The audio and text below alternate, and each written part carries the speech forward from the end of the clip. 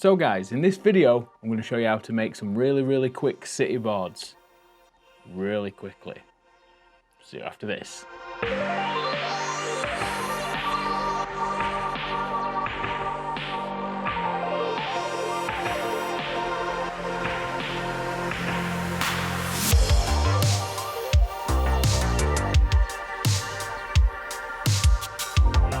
So guys, city streets, Mordheim tables, Frostgrave tables, all these sort of game systems, Warcry, need like a city space. Now, you can have a rollout mat, but the problem is with rollout mats, they look okay, but they're not textured. And then if you want in roads with like a raised path area to put your buildings on, you've got to make them.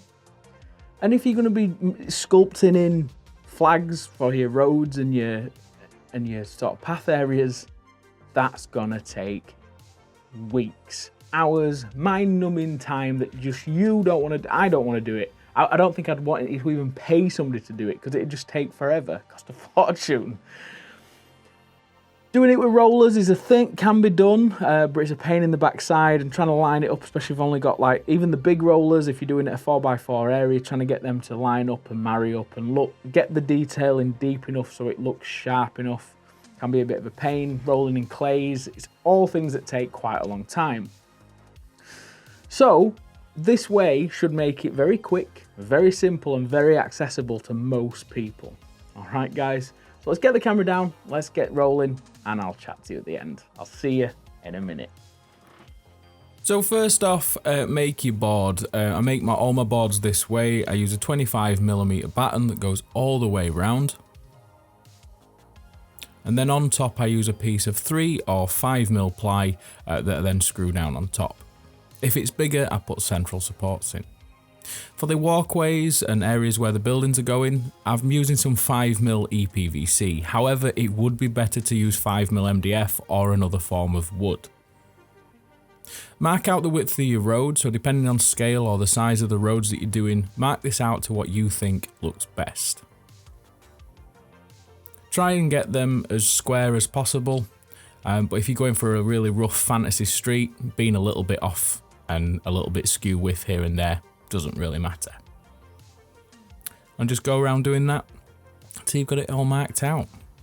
Then for sticking it down, with it being plastic to wood, I'm using super glue.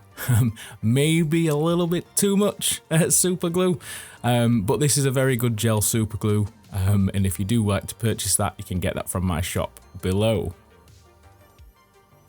And then here's me putting not as much super glue on this time.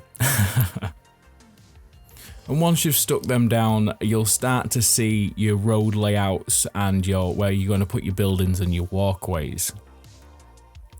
Now, once you've worked out where you're going to put them, if you do want any bits that are higher, if you do want any steps or anything like that, just layer up your wood till you get the desired look. Now, for cutting these so they're perfect with the board edge, I just turn it over and cut along the board edge.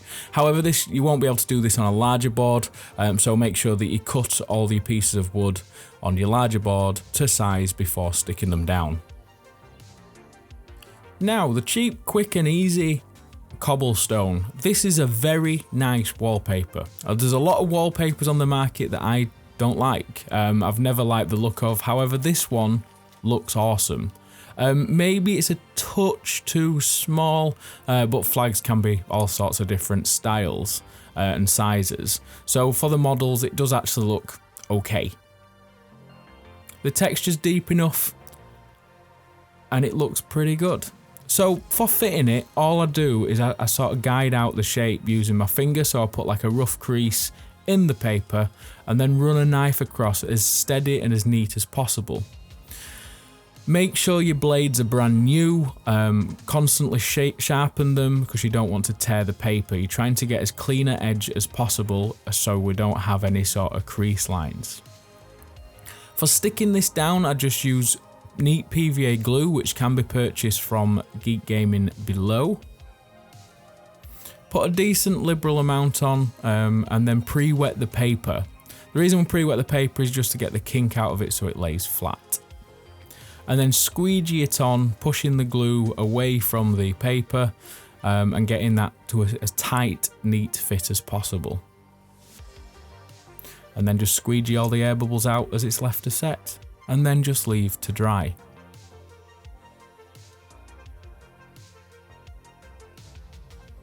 For making sure that there's no joins, best thing to do is repeat the process again, and then what we're going to do is marry up the texture of the paper so it looks like it follows on, and then cut the seam from the paper from underneath, and then they'll push together nice and neat.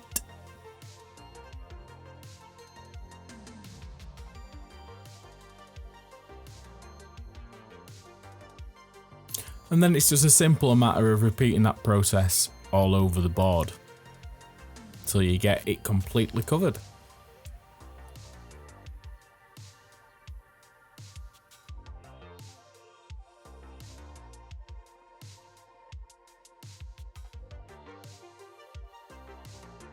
Right, well, it was going to be a simple, quick, easy build, but I bought some a long time ago and I really wanted to try it.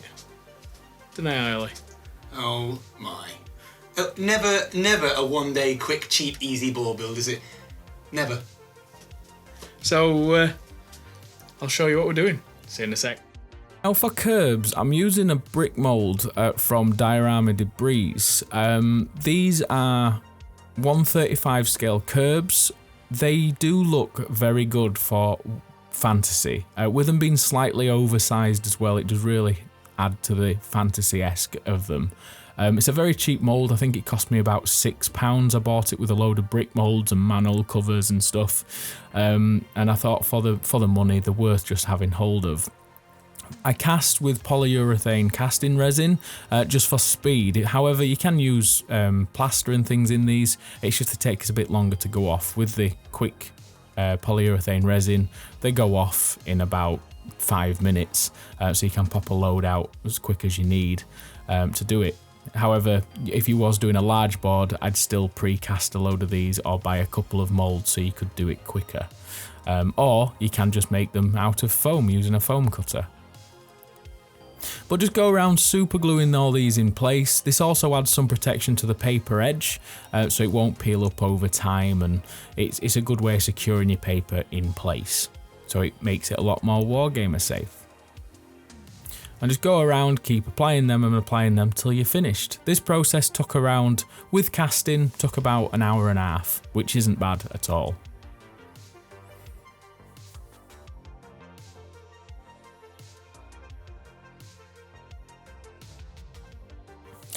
Right, now for painting, I'm just using spray cans to get the base colours down. I'm just using a black cheap car primer. If you are spraying, make sure you're wearing a mask or do it outside. Don't do what I'm doing.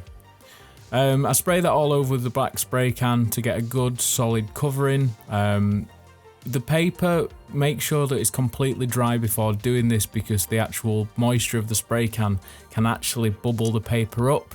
So if you do get any bubbles in the paper, just let it dry again and then bubbles will disappear. After applying the black, we then go on with a grey primer, just from a distance, just to highlight some areas. Then I use a cream can from a distance as well. This is an army issue. It costs about £1 from a local DIY shop. It's a nice deserty sand colour, which brings out some different colours to the stones rather than just being black and grey. Once you've put that all over, I then just put a touch of green in there. I was just feeling it. I don't know whether it needed it, but I just put some green in there because I thought with me putting a black-brown wash over all of it at the end, it'll just bring some colours through, because stone are just not black and grey. Now the stain or wash or whatever I'm making is just ink and mediums mixed up and then applied with a sponge brush all over. The reason we use a sponge brush is just to get rid so there's no brush strokes, and when that settles down and soaks into the recesses, you'll be left with some nice lowlights. Into some dry brushing. People usually overdo dry brushing, as in they get far too much paint on the brush. I'm using some cheap craft paints from the works, and I just put the two colours onto the brush. Now get the colour off the brush completely. You want it so hardly any paint whatsoever shows when you brush the paint onto the cobblestones. With it being quite shallow, you don't want to put too much paint on there. So when you first dry brush it, you want to be almost looking at it and thinking, is there any paint going on there? And just keep going over and over till it brings it out. And that way you won't get any brush strokes and you'll get a very nice even dry brushed finish. Now for weathering, I'm just using some weathering powders. These are from Cromlech, but any weathering powders will do. I'm just putting them on the road, just so like in the road area you get all your muck and your grime, and you want some sort of erosion, where obviously the cobbles have been used more by carts and things, and the more powders and stuff you get in there, the shallower the detail will be.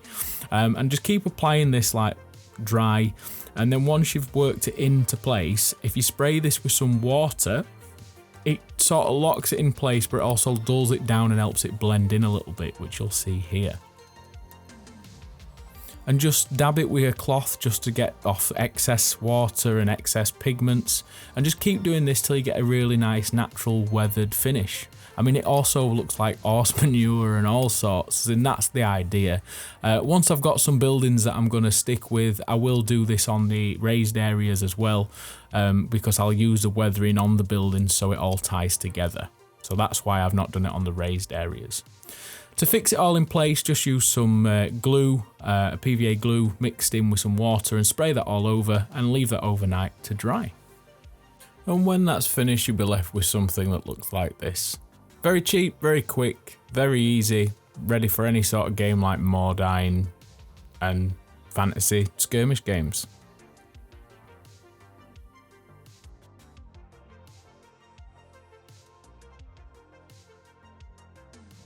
So guys, what do you think? Bit of wallpaper, eh? That is a good wallpaper though. I've been shown some wallpapers in the past and I've just gone, that's wallpaper. Whereas this one is definitely cobblestones. To the point where I might even make myself a little silicone mould of it, just to keep, so I can make, if it ever runs out or you can't buy it anymore, I can at least use that and cast loads of, you know, resin squares to make boards and stuff with, just because it's nice. It's one of the nicer ones that I've seen, and I think I bought that on clearance. It was £6, but I think that rolls normally around £25, and you get 56 square meters. So even at 25-30 quid, that roll of paper to me is worth it for the look of it. I mean, it's not amazing, but it's not crap either. It's a nice, quick budget option for somebody that wants to build a street. And by the time you put your buildings and your terrain and your models on there, you don't think you're going to notice much. It's far better option than a gaming mat. So yeah, let me know what you think in the comments below. If you've liked this video as well, let me know. It's been nice to do something a bit different, and I'm going to be doing a lot more with buildings over the coming weeks. As you know, I've been off for 2 weeks. The simple reason is I've been very ill. I'm type 1 diabetic, I got tonsillitis, and it absolutely wiped me out. To the point where I've had help doing the videos, because just sat here now, I'm wet through. It's 2 weeks later and I'm still hanging out my backside. But hopefully I will be back up and running fully. So I'll be doing one video a week for a while till I can get back on track. But yeah, it's been nice to have the help from Broadsword, Wargaming from Ollie, and Travis from Travis Reeves channel. So check them out as well. They've been a massive help for filming and helping me edit as well. They've been editing for me and things just to try and keep me on track, because I've been feeling like I've been really dropping behind. So thanks for all your support, guys. Thanks for sticking with me and helping me through. And yeah, hopefully all back on track and back to normal in the upcoming weeks. But if you're liking buildings and you're liking all the sort of city street things that I'm going to be doing over the next few weeks, let me know what sort of buildings and things you'd like to see. And maybe you might be lucky enough to see me build one. All right, guys, thanks for watching. Thanks for tuning in. Don't forget to check out my shop. I almost forgot that. Don't forget to check out my shop, where you can buy all my scenics and everything that I use to make awesome terrain. And that really supports the channel. And that's my only form of income, again, because I've lost Amazon affiliates. But I won't go on about that. anyway, guys, thanks for watching, thanks for tuning in, and I'll see you in the next video. Love, love, love.